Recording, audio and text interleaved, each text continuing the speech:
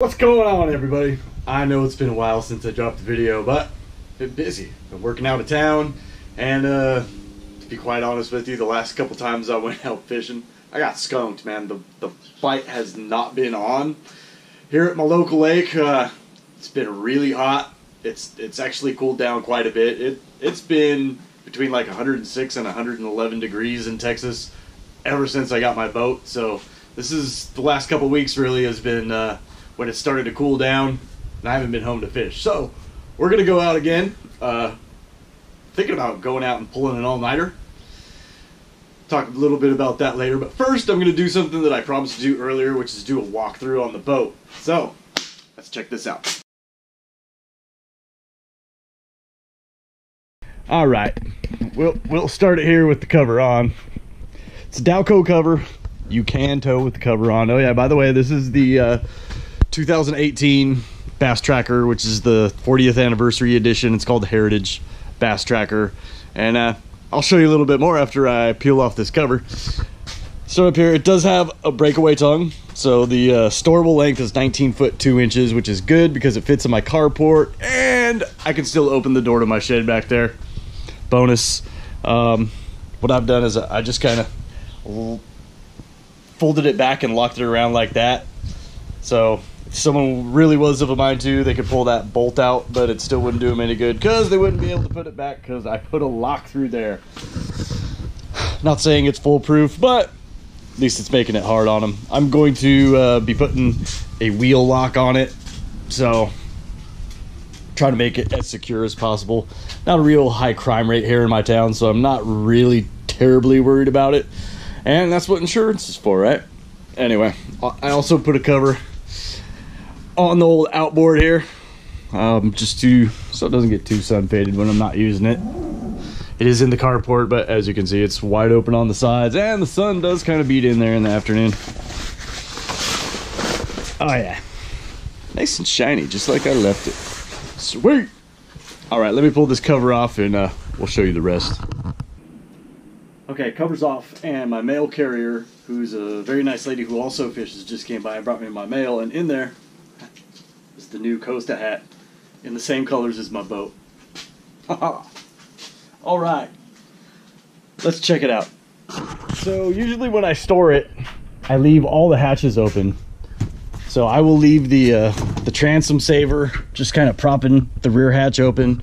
I leave the seats popped open. I leave the forward storage compartment open. I use my little bump board here to just kind of pry the top of the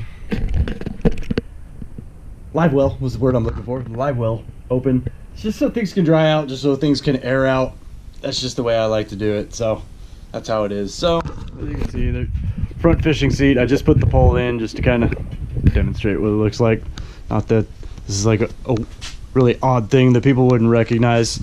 Got my Texas flag going on now. Cool little dealio. Just plugs in to where your anchor light goes. Working for me, working for me. And really, I'm not gonna do a whole bunch of modifications to this thing. Just because it being the Heritage Edition, it's supposed to be nostalgic, which is why it's the chocolate brown carpet and the orange, which is a very 70s things to do. I may end up upgrading the trolling motor. I may end up upgrading the graph, putting something a little bit more current century in it. That's the Lowrance Hook 3, which is not the best thing on the market, but it's giving me accurate depth and it's giving me accurate water temperature. So for now, it's doing just fine. One of the complaints that I have is the rod holders. So they're these soft rubber things that don't hold on very well. Some of the people that are in the Tracker Heritage Owner group on Facebook have replaced that with something that, as I understand it, it mounts with the same kind of screw holes, so there's not really any major modifications going on, but it's hard plastic with a foam insert, so it's a little bit more rigid. That may end up being the way to go. I'll have to check back with the group and see exactly who makes that, because I can't remember off the top of my head. So that's really it. I'm not doing a bunch of modifications to it. I did add, sneak back around over here to the other side. I added some rod straps because I don't like the stockfish holders. Just one back here and one up there. I added these little tack-like dealios here. Just little battery operated thing, no big deal. Did the same back here on the rear storage compartment. And yeah, that's about it. 7.5 gallon modular stackers. This one fits perfect.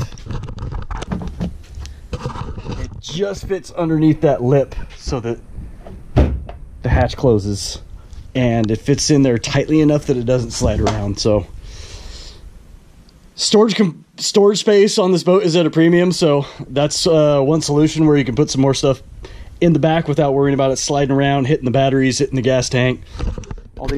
I did install the Minn Kota 2-bank charger. I am not going to add a third battery just yet. I may be adding it in the future. I picked up my boat from Cabela's in Fort Worth, and because they had gotten so many requests to move the fuel cell to the other side, they already had it done when I got there. They also said, when I started asking really specific questions about the fuel pump, about the carpet, and they said, oh, you must be part of that Tracker Heritage group on Facebook. Yes, I am. So at least us getting together on Facebook has accomplished something. And yes, they've heard of us. I'm sure probably all the tracker dealers nationwide have heard of us by this point. So anyway, yeah, my next project is doing something with these cables. This is driving me crazy. Cable management is a thing of mine. I used to install alarms and security cameras, so having a mess like this is driving me nuts. I've got some stuff to do it with that I'm going to be installing, so consider this the before picture. Of course we got Inglorious Bass-ter already tagged up on the transom. Really happy with the way those decals came out. Towing, you do need a 2-inch ball, and a lot of people have been asking, is my truck adequate? Is my vehicle adequate? It's adequate. This thing weighs like 1,700 pounds. This is a 12-year-old Toyota Tacoma 4-banger with 225,000 miles on it. It has not struggled in the least to pull it, to launch it, to retrieve it. It's worked like a dream. If you do have a vehicle that sits a little bit lower than a full-size truck like I do, what I've done is I took a drop, and instead of putting the ball on this side so it's a drop, I put the ball on the other side, so it actually raises it up a little bit. The truck, you know, it's a small truck to begin with, and the hitch is an aftermarket hitch on there, so it sits pretty low. With that, I'm not bottoming out on anything. It's all going good. So no worries on towing capacity. Really no worries at all so far on this boat. All right, so this is what we use to wrap up our cables. It's neoprene, which is, you know, basically a wetsuit material. It's white or black. You could use it either way. I use black because everything else in there is black. So yeah, just put your wires in and Velcro it shut. Nice and easy. Looks good, looks clean. It's functional. It was simple, so pretty much all the way from the battery around to the charger, and from the charger here to the power cable. It's all good. Good to go.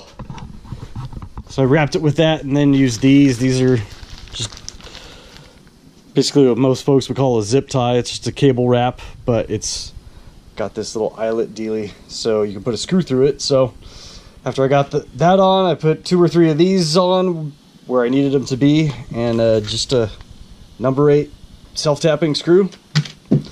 Easy peasy.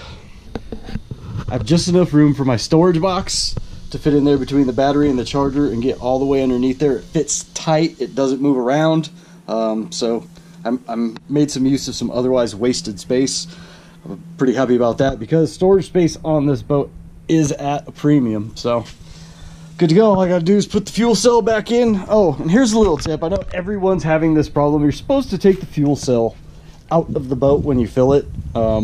This is for static charge reasons, and it is a good idea to do. I know a lot of people aren't, and I can't blame you too much, but if you keep it to where your fuel line isn't all wrapped up in the rest of your cables, which is another reason I'm big time into cable management, you have plenty of slack so that you don't have to disconnect the line to get the tank out of the boat. It's when you take this off, the gas just starts pissing right out of the tank right there, especially if it's gotten hotter, and you know, things have a tendency to expand when they get hot. That stuff comes out under pressure. It makes a big mess. I'm sure everybody with this boat, and probably everybody with a removable gas tank, knows what I'm talking about. But really, if you just leave it connected, you can take it out and not spill. So there's my 2 cents worth of free advice for you today. Now it's just time to figure out whether or not trying to figure out when I'm gonna go fishing. Spot on the lake I want to hit. The lake I'm going to, it gets pretty pressured, and it's pretty much all the same spots are always being fished. So I want to go out at night, and I want to go to a spot way up in the creek where not a lot of other people go. There's a lot of submerged trees, so it makes me a little bit nervous. I actually want to do some night fishing. I was going to go, you know, 3-4 hours before sunrise tomorrow morning, but I'm thinking maybe I'll go tonight a little bit before sunset so I can navigate my way through the trees, and I just pull an all-nighter out there. I don't know. I got snacks. I got beverages. Maybe all I need is a nap, and I can make that happen. So stay tuned. Stay tuned for the next video. Thanks for watching. If you haven't already done so, please hit like and subscribe. If you own this boat, the Tracker Heritage, or if you are one of many who are still waiting for your boat that you've ordered, keep waiting for it. It's totally worth it, and so many people have been canceling or upgrading to the 170 or 175. I got mine sooner than promised, because at the dealer that I bought mine at, which was Cabela's in Fort Worth, a lot of people canceled, so it bumped me up probably 3 months from what they estimated. So hang in there. Good things are coming. Good things are coming. If you own this boat, or you're one of the people waiting, Facebook, Tracker Heritage Owners. It's a great group. There's a lot of people in there doing a lot of things with their boats, and answering a lot of questions. It's a great resource, and good bunch of folks out there. So thanks for watching. Hit like, hit subscribe, please, and catch you next time. I'm hoping to shoot some video tonight, tomorrow, of actually catching some fish out of this thing.